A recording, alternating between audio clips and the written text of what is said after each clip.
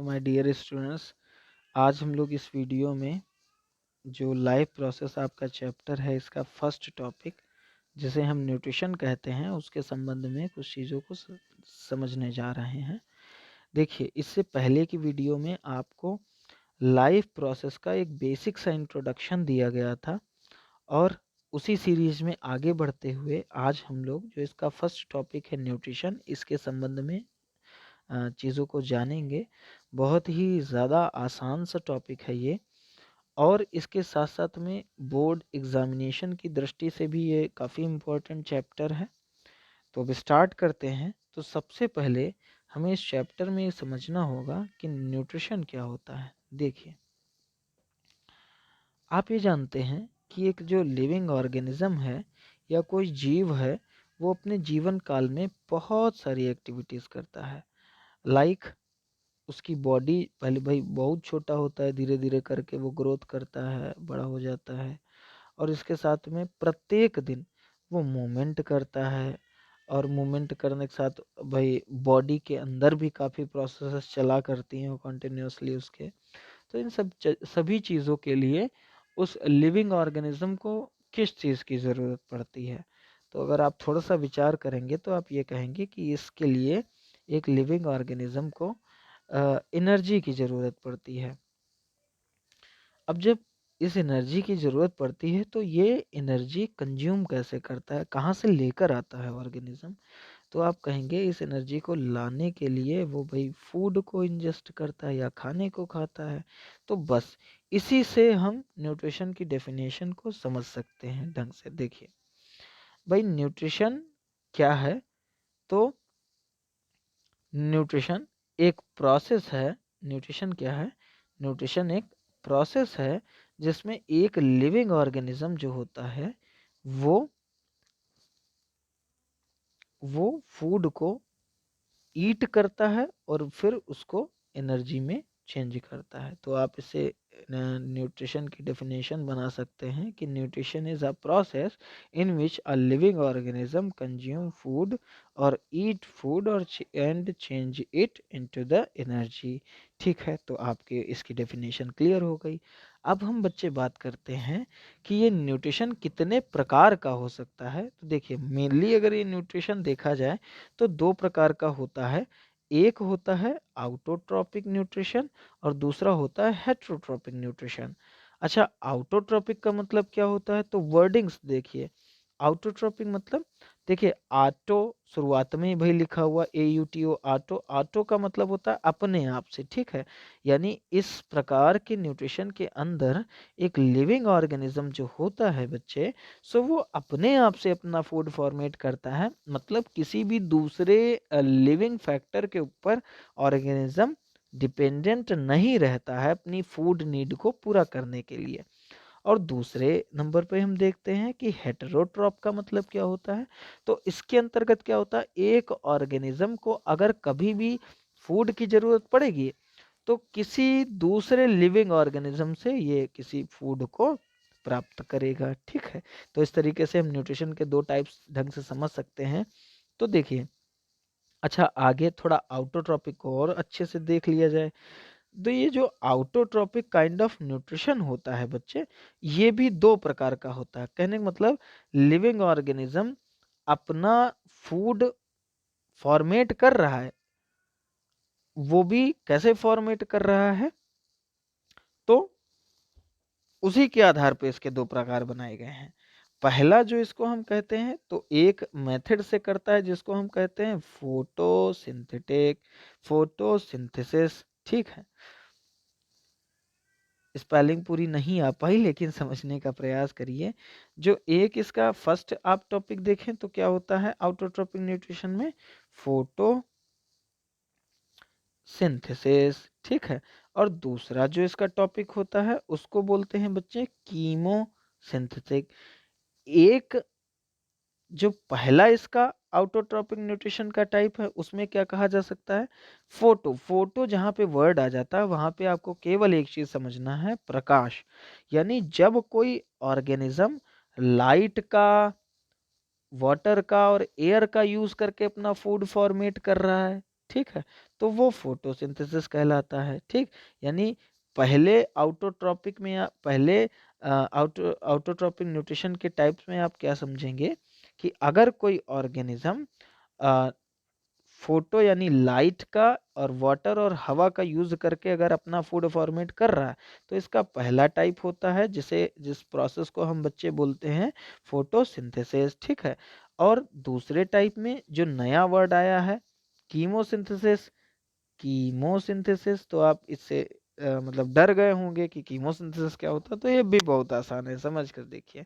Chemosynthesis मतलब अगर कोई ऑर्गेनिज्म लाइट की बजाय किसी केमिकल एनर्जी या केमिकल का यूज करके अपना फूड फॉर्मेट कर रहा है, तो भाई वहां पर भी अपने आप से ही वो खाना बना रहा है, लेकिन खाने के लिए वो किस चीज का यूज कर रहा है, केमिकल का, तो इसको कीमोसिंथेटिक बोलते हैं। ठीक है, या कीमोसिंथेसिस काइंड ऑफ न्यूट्रिशन।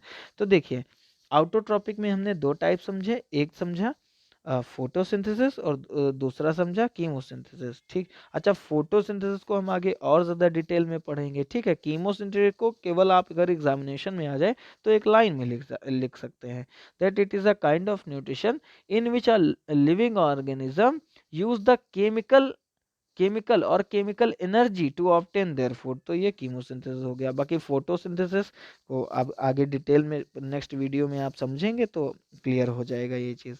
अच्छा, दूसरा टाइप जो हमने हेटेरोट्रॉपिक की बात की उसमें क्या होता है, तो देखिए हेटेरोट्रॉपिक का मतलब होता है एक लिविंग ऑर्गेनिज्म जो होता है वो फूड फीडिंग के लिए किसी दूसरे लिविंग ऑर्गेनिज्म पर डिपेंडेंट ही रहता है। तो देखिए, अच्छा इसमें टाइप्स भी कुछ हैं हेटेरोट्रॉपिक में। तो हेटेरोट्रॉपिक में आपके चार टाइप आते हैं, समझ लीजिए ध्यान से। हेटेरोट्रॉपिक में जो पहला टाइप आता है उसको बच्चे हम बोलते हैं, उसको हम बोलते हैं parasitic, parasitic type of nutrition. दूसरा बच्चे जो होता है सिम्बियोटिक, और तीसरा बच्चे जो होता है उसको हम कहते हैं सेप्रोफिटिक। ठीक है, और चौथा भी एक टाइप होता है। कभी कभी अगर एग्जाम में मान लीजिए पूछ लिया गया तो आप इतना तो लिख कर ही आए कि आपका एक भी मार्क्स वो ना कट कर पाए। तो एक और टाइप इसका देख लेते हैं, होलोजोइक। तो देखिए पैरासिटिक के अंदर क्या होता है, तो पैरासिटिक का मतलब ये होता है कि ये हेटेरोट्रॉपिक है, मतलब कि एक लिविंग ऑर्गेनिज्म दूसरे लिविंग ऑर्गेनिज्म पर डिपेंडेंट रहेगा फूड फीडिंग के लिए, लेकिन पैरासिटिक में डिपेंडेंट तो रहता है लेकिन उसको बहुत ज्यादा नुकसान पहुंचाता है। एग्जाम्पल के बेसिस पे आप देखिए, मान लो जैसे आप हैं और आपके सर में एक जू रह रही है, नॉर्मली होगी शायद, तो वो जू क्या कर रही है, आपसे लगातार न्यूट्रिशन ले रही है और न्यूट्रिशन के साथ में आपको हार्म भी कर रही है ना। तो ये parasitic kind of heterotrophic nutrition है। यानी ये न्यूट्रिशन कैसा है, हेट्रोट्रोपिक न्यूट्रिशन है। डेफिनेशन अगर इसकी लिखनी है हमें तो हम क्या कह सकते हैं, parasitic is a kind of nutrition in which a living organism dependent upon another living organism and harm them। ठीक है, हार्म देम का मतलब नुकसान पहुंचा रहा है उसे। एग्जाम्पल में आप लिख सकते हैं भाई जू ही लिख दीजिए, या मच्छर काट के मलेरिया का हमारे अंदर मान लो एक छोटा सा कीटाणु डाल गया, उस कीटाणु का एक्चुअली प्लाज्मोडियम बोलते हैं जो कि एक प्रोटोजोआ है। प्रोटोजोआ एक सबसे बहुत छोटे छोटे ऑर्गेनिज्म को हम प्रोटोजोआ बोल देते हैं, ग्रुप होता है। ठीक है, तो हम ये कह सकते हैं मच्छर ने प्लाज्मोडियम हमारे अंदर इंजेस्ट किया तो वो भी एक तरीके का पैरासाइट ही हो गया। अच्छा, दूसरे नंबर पर हम देखते हैं सिम्बायोटिक। सिम्बायोटिक का मतलब क्या होता है, देखिए सिम्बायोटिक का मतलब होता है कि एक लिविंग ऑर्गेनिज्म जो है वो दूसरे लिविंग ऑर्गेनिज्म पर डिपेंडेंट है फूड फीडिंग के लिए, लेकिन भाई उसको कोई खास नुकसान नहीं पहुंचा रहा। यानी अगर यहाँ पे देखा जाए तो उसको एक ऑर्गेनिज्म दूसरे ऑर्गेनिज्म पर डिपेंडेंट है लेकिन उसको नुकसान नहीं पहुंचा रहा। ठीक है, दोनों साथ साथ में रह रहे हैं। ठीक, एग्जाम्पल देख लेते हैं। तो मनुष्य यानी इंसान मान लो हम लोग हैं, तो हमारी आंत में एक बैक्टीरिया होता है जिसका नाम है ई कोलाई। बच्चे क्या नाम है, ई कोलाई, ई कोलाई। ठीक है, ई कोलाई उसका नाम होता है। अच्छा थोड़ा सा बोर्ड क्लियर कर लेते हैं। ठीक है, आप क्या करेंगे, ये नाम नोट कर लीजिए, अगर इच्छा है फिर आगे डिटेल में इसको लिख सकते हैं। देखिए,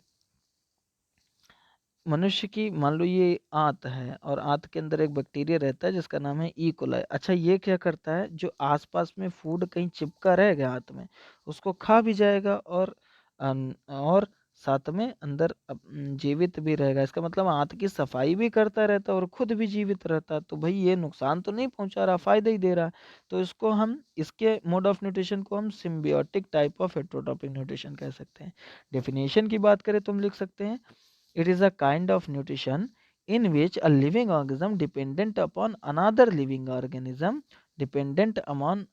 upon another living organism and does not harm them, और does not harm them मतलब कोई नुकसान नहीं पहुंचाते। एग्जाम्पल में हम ई कोलाई लिख सकते हैं। अगर और ज़्यादा एग्जाम्पल लिखना चाहो तो बच्चे, जो हमारी कुछ दाल के जो पौधे होते हैं उनकी जड़ों में एक बैक्टीरिया रहता है जिसका नाम होता है राइजोबियम और लेग्यूमिनेसेरम। तो राइजोबियम लेग्यूमिनेसेरम जो होता है, ठीक है, सो वो जड़ में रहता है और फिर इन्वायरमेंट से नाइट्रोजन को ले लेता है और फिर उसको एक सब्सटेंस में चेंज कर देता है, नाइट्रेट, और फिर पेड़ को दे देता है। तो यानी कि क्या कर रहा है वो, पेड़ को फायदा भी दे रहा है, पेड़ की जड़ उसे थोड़ा बहुत खाना खा लेता है। तो ये उसका रहने का तरीका होता है, ये भी एक तरीके का सिम्बियोटिक काइंड ऑफ न्यूट्रिशन है। नेक्स्ट नंबर पर हम बात करेंगे सिम्बियोटिक के बाद में, जो तीसरा टाइप आपका था सैप्रोफिटिक। सो सैप्रोफिटिक में क्या देखते हैं, सैप्रोफिटिक का मतलब होता है, जो भी है स्पेलिंग क्लियर कर लेना, ना हो तो आप बोल दीजिएगा, नोट्स आपको प्रोवाइड कर दिए जाएंगे। सैप्रोफिटिक काइंड ऑफ न्यूट्रिशन में क्या होता है कि एक लिविंग ऑर्गेनिज्म सड़ी गली चीजों पर डिपेंडेंट रहता है, मतलब डेथ एंड डिके ऑर्गेनिज्म पर डिपेंड रहता है, तो उसको हम सैप्रोफिटिक काइंड ऑफ न्यूट्रिशन कहते हैं। तो saprophytic, it is a mode of heterotrophic nutrition in which a living organism dependent upon death and decay matters। अच्छा, अब आप एग्जाम्पल कहेंगे बताओ, तो देखो एग्जाम्पल क्या है कि कुछ फंगस होते हैं, ठीक, जैसे आप कुकुरमुत्ता देखे हैं, एगेरिकस नॉर्मली उसको बोलते हैं, या फिर मशरूम वगैरह कह दो आप, जो भी आपकी इच्छा हो।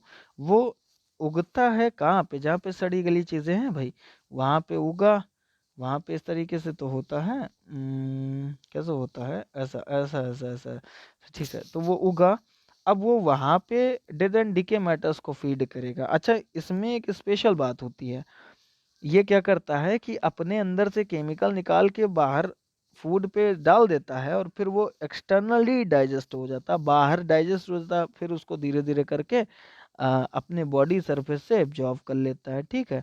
तो ये एक तरीके का कैसा है, ये एक तरीके का सैप्रोफिटिक न्यूट्रिशन है, जिसमें ये living organism death and decay matters पर डिपेंडेंट है। अच्छा, आगे देखते हैं, जो आपका लास्ट आता है जिसको हम होलोजोइक बोलते हैं। होलोजोइक स्पेलिंग स्पेलिंग आप क्लियर कर लीजिएगा। होलोजोइक में क्या होता है, एक लिविंग ऑर्गेनिज्म जो होता है, सो वो सॉलिड सब्सटेंस को फीड करता है, यानी holozoic is a kind of nutrition in which a living organism ingest the solid substance inside it. So आप इस तरीके से इसकी डेफिनेशन को क्लियर कर सकते हैं। जैसे मान लो भाई, हम लोग भी दाल चावल सब्जी रोटी सॉलिड चीज़ें खाते हैं, तो यानी हमारा भी न्यूट्रिशन होलोजोइक है। अमीबा एक्चुअली है, वो भी होलोजोइक न्यूट्रिशन कहता है। तो इस तरीके से आप इस न्यूट्रिशन के टाइप्स को क्लियर कर सकते हैं, और बच्चे बहुत ही ज़्यादा आसान चीज़ें हैं इसमें, ठीक। आप अगर इसको टफ कह रहे हैं तो केवल आपका थोड़ा समझने का अंतर है। आप बच्चे हमें सपोर्ट करिए और धीरे धीरे करके हम आपको पूरा चैप्टर ऐसे 1 बाय 1 एक्सप्लेन करते रहेंगे। नोट्स बनाते रहिए, अच्छे से पढ़ते रहिए।